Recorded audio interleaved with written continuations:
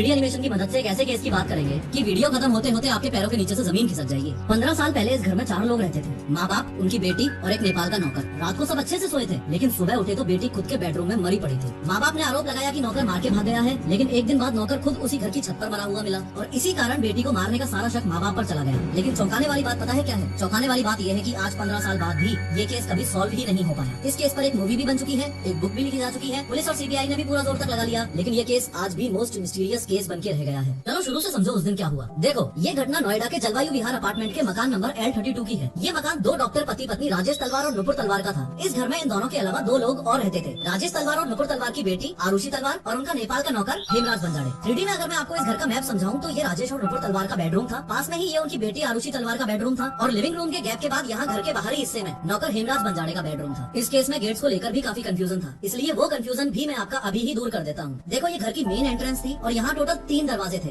ये था सबसे बाहर वाला गेट जो कि सिर्फ धक्का देके भी खोला जा सकता था। उसके बाद ये बीच वाला ग्रिल डोर जिसमें ऑब्वियसली कुंडी लगाई जा सकती थी और सबसे अंदर था ये मेन वुडन डोर। लेकिन इन तीनों गेट्स के अलावा यहाँ पर एक बहुत ही इंपॉर्टेंट कैच है। सबसे बाहर वाले और मिडल वाले डोर के बीच में हेमराज के रूम में जाने का दरवाजा भी था और हेमराज के रूम से एक दरवाजा घर के अंदर भी जाता था। कहने का तात्पर्य ये है कि इस घर के मेन गेट्स को यूज किए बिना ही हेमराज के गेट्स के थ्रू कोई भी घर के अंदर या बाहर आ जा सकता था। चूंकि आपने घर का नक्शा अच्छे से समझ लिया है तो अब इस केस को समझने में और भी मजा आएगा। बात 15 मई 2008 की है और ये असली कहानी है, यानी हत्याकांड से एक दिन पहले हर दिन की तरह आरुषि जल्दी उठकर स्कूल जाने की तैयारी में लग गई। हेमराज खाना रेडी कर रहा था और आरुषि की माँ यानी नुपुर तलवार आरुषि को स्कूल के लिए रेडी करने में लग गई। आज यानी 15 मई 2008 को आरुषि स्कूल जाने के लिए बहुत एक्साइटेड थी, क्योंकि कल के बाद स्कूल में गर्मियों की छुट्टियां पड़ने वाली थी। यही रीजन था कि आरुषि का बर्थडे वैसे तो 24 मई को आता था, लेकिन उसने 16 मई को ही यानी स्कूल के लास्ट वर्किंग डे को ही दोस्तों के साथ बर्थडे मनाने का फैसला लिया। खैर, आरुषि के स्कूल जाने के बाद उसके माँ बाप भी अपने काम पर क्लिनिक चले गए और सब रात को 9:15 बजे वापस एक साथ डिनर करने बैठ गए। खाना खाने के बाद आरुषि तलवार अपने कमरे में आ गई, राजेश और नुपुर तलवार अपने अपने कमरे में गए और हेमराज बर्तन वगैरह धोने में लग गया। कुछ देर बाद ही दोनों माँ बाप आरुषि के कमरे में आए और अगले दिन आयोजित होने वाली बर्थडे पार्टी की प्लानिंग करने लगे। प्लानिंग करने के बाद बाप ने अपनी बेटी को बर्थडे गिफ्ट के तौर पर एक सोनी का DSC-W130 कैमरा गिफ्ट किया। गिफ्ट पाकर आरुषि बहुत खुश थी और उसने आपस में काफी सारी फोटोज ली। सीबीआई की रिपोर्ट्स के अनुसार लास्ट पिक्चर उसने 10:10 पर क्लिक की थी। पिक्चर्स वगैरह क्लिक करने के बाद राजेश और नुपुर अपने रूम में चले गए और आरुषि अपने रूम में। फिर रात 11 बजे राजेश तलवार अपने रूम में अपने लैपटॉप पर काम कर रहे थे और उन्होंने नुपुर को राउटर ऑन करने के लिए कहा। इंटरनेट राउटर आरुषि के रूम में लगा हुआ था। नुपुर आरुषि के रूम में आई और चुपचाप राउटर ऑन करके वापस चली गई। इस समय आरुषि अपने रूम में चेतन भगत की एक novel the 3 mistakes of my life पढ़ रही थी। इन्वेस्टिगेशन के अनुसार राजेश तलवार ने लास्ट टाइम लैपटॉप में ईमेल वगैरह भेजने के लिए या अपने काम के लिए इंटरनेट रात 12:08 पर यूज किया था। फिर वो भी सो गए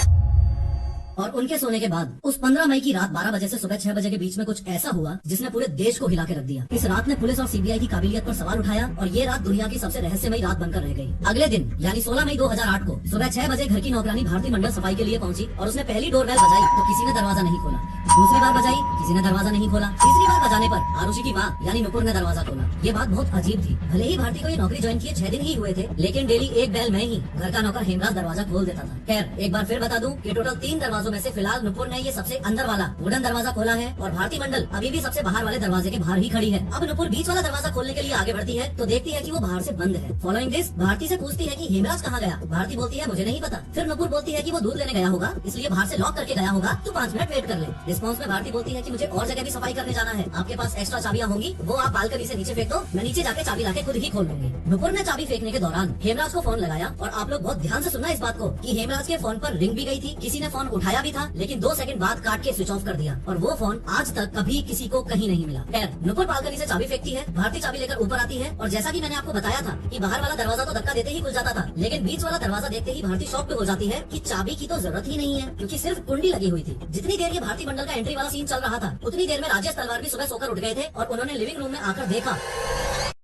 तो डाइनिंग टेबल पर एक दारू की बोतल रखी थी जिस पर खून के निशान भी थे। राजेश ने शॉक्ड होकर नुपुर से इस बारे में पूछा तो नुपुर भी शॉक्ड हो गई और उसने राजेश को जल्दी से जल्दी आरुषि का रूम चेक करने के लिए बोला। आरुषि का रूम का डोर ऐसा था जिसे बाहर से सिर्फ चाबी से ही खोला जा सकता था और आरुषि का डोर लॉक करने के बाद हमेशा नुपुर इस रूम की चाबी अपने बेडरूम के सिराने रखती थी। लेकिन आज दारू की बोतल देखने के बाद जैसे ही राजेश आरुषि के रूम की तरफ बढ़े तो उन्होंने देखा कि रूम का दरवाजा तो खुला पड़ा है। जैसे ही वो रूम के अंदर घुसे तो उनके पैरों के नीचे से जमीन खिसक गई। वो जोर जोर से चिल्लाने चीखने लगे। इतने में नुपुर भी वहाँ पहुंची और वो भी उस सीन पर विश्वास नहीं कर पाई। इतने में भारती भी रूम की तरफ बढ़ती है और नुपुर उसको आरुषि के बेड की तरफ इशारा करते हुए बोलती है, ये देखो हेमराज क्या करके भाग गया। और आरुषि के रूम में बेड पर खून से लथपथ आरुषि मरी पड़ी थी। उसके सिर पर किसी चीज से वार किया गया था और उसका गला काट दिया गया था। इसके बाद भारती ने तलवार से पड़ोसियों को इन्फॉर्म करने की इजाजत ली तो उन्होंने परमिशन दे दी और ये इस पूरे केस की सबसे बड़ी गलती थी या फिर सबूत मिटाने की साजिश भी। Who knows? भारती ने क्राइम सीन पर सारे आस पड़ोसी इकट्ठे कर लिए और वीरेंद्र सिंह नामक सोसाइटी के सिक्योरिटी गार्ड ने पुलिस को बुला लिया। जब पुलिस मौके पर पहुंची तो पुलिस वालों ने देखा कि लगभग 15 लोग लिविंग रूम में खड़े थे, 5-6 राजेश और नुपुर तलवार के कमरे में थे और आरुषि के कमरे में कोई नहीं था। कहने का तात्पर्य ये है कि जिस क्राइम सीन पर मर्डरर्स के सारे सबूत तुरंत पुलिस को मिल सकते थे, जिस क्राइम सीन पर आउटसाइडर्स को कदम तक नहीं रखना चाहिए था, इतनी भीड़ ने उस क्राइम सीन की धज्जियां उड़ा दी थी और फिंगरप्रिंट्स एक्सेट्रा सारे सबूत की ऐसी तैसी हो चुकी थी। पुलिस के आते ही राजेश तलवार ने पुलिस वालों को बोला कि हेमराज खून करके भाग गया है, उसे जल्दी से जल्दी अरेस्ट करो। कथित तौर पर राजेश तलवार ने ये तक भी बोला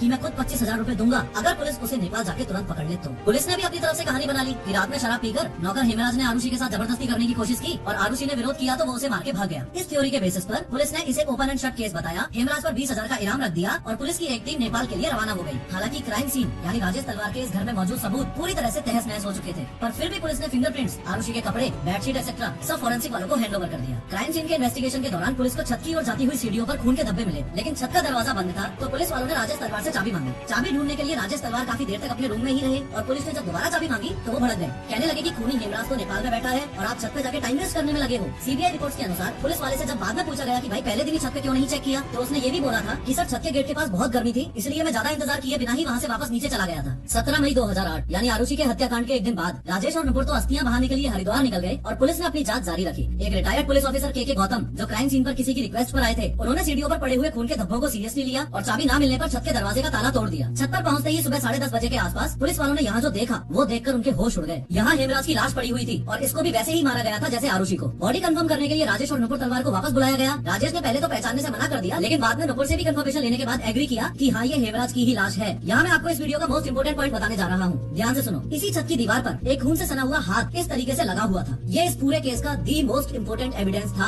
अगर पुलिस ने इस हाथ को सबूत के तौर पर सीरियसली लिया होता तो ये केस तब ही सॉल्व हो गया होता, लेकिन मुझे पता है आप क्या सोच रहे हो, ये तो भारतीय पुलिस है। खैर अब पुलिस का पूरा शक राजेश और नुपुर तलवार पर आ गया था, लेकिन ये बात इतनी आसानी से हजम नहीं होती ना। किसी माँ बाप की इकलौती लड़की जिसको पैदा करने में भी इतनी मुश्किलें आ रही थी, इसलिए IVF से हुई थी, उसको माँ बाप गुस्से में आके मार दें। इसलिए पुलिस की दूसरी टीम हेमराज के दोस्तों पर इन्वेस्टिगेशन करने लगी। सबसे पहले पुलिस ने विष्णु शर्मा को पकड़ा। असल में विष्णु शर्मा ही पहले राजेश और नुपुर तलवार के घर में नौकर था। वो छुट्टी पे गया था तो उसने टेम्परेरीली हेमराज को अपनी जगह नौकर का काम संभालने को बोला था, लेकिन वो वापस आया तो तलवार ने बोला कि हम तो हेमराज के साथ ही कंटिन्यू करना चाहते हैं, विष्णु तुम्हारे साथ नहीं। इसलिए पुलिस ने अंदाजा लगाया कि विष्णु बदला लेने के लिए जब हेमराज को मार रहा होगा तब आरुषि ने देख लिया होगा, इसलिए विष्णु ने दोनों का ही मर्डर कर दिया। लेकिन जांच के बाद पता चला कि खून की रात विष्णु शर्मा तो नेपाल में ही था। अब तो राजेश और नुपुर तलवार पे जो शक था वो और ज्यादा स्ट्रॉन्ग हो गया। दूसरी बात जो पुलिस के दिमाग में घूम रही थी वो ये कि सोसाइटी के गार्ड्स ने 100% गारंटी के साथ दावा किया था कि 15 और 16 मई रात 11 बजे से 6 बजे के बीच ना ही तो कोई L32 से बाहर गया और ना ही कोई उस घर के अंदर आया। इन तमाम बातों को ध्यान में रखते हुए 23 मई 2008 को पुलिस ने राजेश तलवार को अरेस्ट कर लिया और उस दिन लखनऊ डिवीजन के IG inspector general of police Gurudarshan Singh ने प्रेस कॉन्फ्रेंस करके कुछ ऐसी बात बोली कि पूरी दुनिया राजेश और नुपुर तलवार के खिलाफ हो गई। हालांकि इस प्रेस कॉन्फ्रेंस में गुरुदर्शन सिंह ने आरुषि का नाम भी एक बार तो गलत लिया कि 16 तारीख को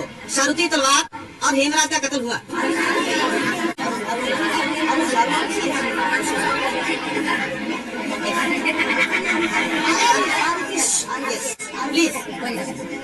लेकिन पुलिस ने बताया कि राजेश तलवार का उन्हीं के क्लिनिक में एक्स्ट्रा मैरिटल अफेयर था। इस बात का पता आरुषि को लग गया था। स्ट्रेस में आके आरुषि ने हेमराज से ऐसी बातें करनी शुरू की और वो दोनों नाजायज संबंध में आ गए थे। 15 और 16 मई की रात जब राजेश तलवार पानी पीने के लिए उठे तो उन्होंने देखा कि आरुषि का रूम का डोर खुला हुआ है। अंदर जाते ही उन्होंने देखा कि वो दोनों आपत्तिजनक स्थिति में हैं। तो राजेश हेमराज को मारते मारते ऊपर ले गए, छत पर उसे जान से मार दिया, फिर नीचे आके भारी मात्रा में शराब पी और अपनी बेटी आरुषि को भी मार दिया। लेकिन इस बयान के थ्रू इतनी छोटी बच्ची के कैरेक्टर पर कीचड़ उछाली जा रही थी, इसलिए लोगों ने जम के पुलिस का विरोध किया। फॉलोइंग दिस पुलिस ने प्रेशर में आके अपना बयान बदल दिया और बताया आरुषि को अपने पिता राजेश तलवार के क्लिनिक में एक्स्ट्रा मैरिटल अफेयर का पता चल गया था, वो उसे ब्लैकमेल करने लगी थी, इसलिए राजेश तलवार ने अपनी बेटी आरुषि की हत्या कर दी। इस कांड को हेमराज ने देख लिया था, इसलिए राजेश ने उसे भी मार दिया। इन शॉर्ट उस बयान के बाद काफी इन्वेस्टिगेशन हुए, लेकिन ओवरऑल सिचुएशन ये थी। 2 CBI की टीम इन्वॉल्व हुई थी। पहली CBI की टीम ने इन्वेस्टिगेशन के बाद ये क्लेम किया था कि मर्डर कृष्णा थडरई ने किया है। कृष्णा भी असल में नेपाल का ही था, नौकर हेमराज बंजाड़े का दोस्त था और डॉक्टर राजेश तलवार के क्लिनिक में असिस्टेंट के रूप में काम करता था। आरुषि के मर्डर से 2 दिन पहले कृष्णा से क्लिनिक में कुछ गलती हो गई थी, जिस बात पर राजेश ने कृष्णा को बाकियों के सामने बहुत बुरी तरह डांटा। इसके बदले में कृष्णा ने ये भी बोला था कि मैं इसका बदला राजेश तलवार से जरूर लूंगा, और ऐसा बोलते हुए उसको सुना था राजेश तलवार के ड्राइवर उमेश शर्मा ने।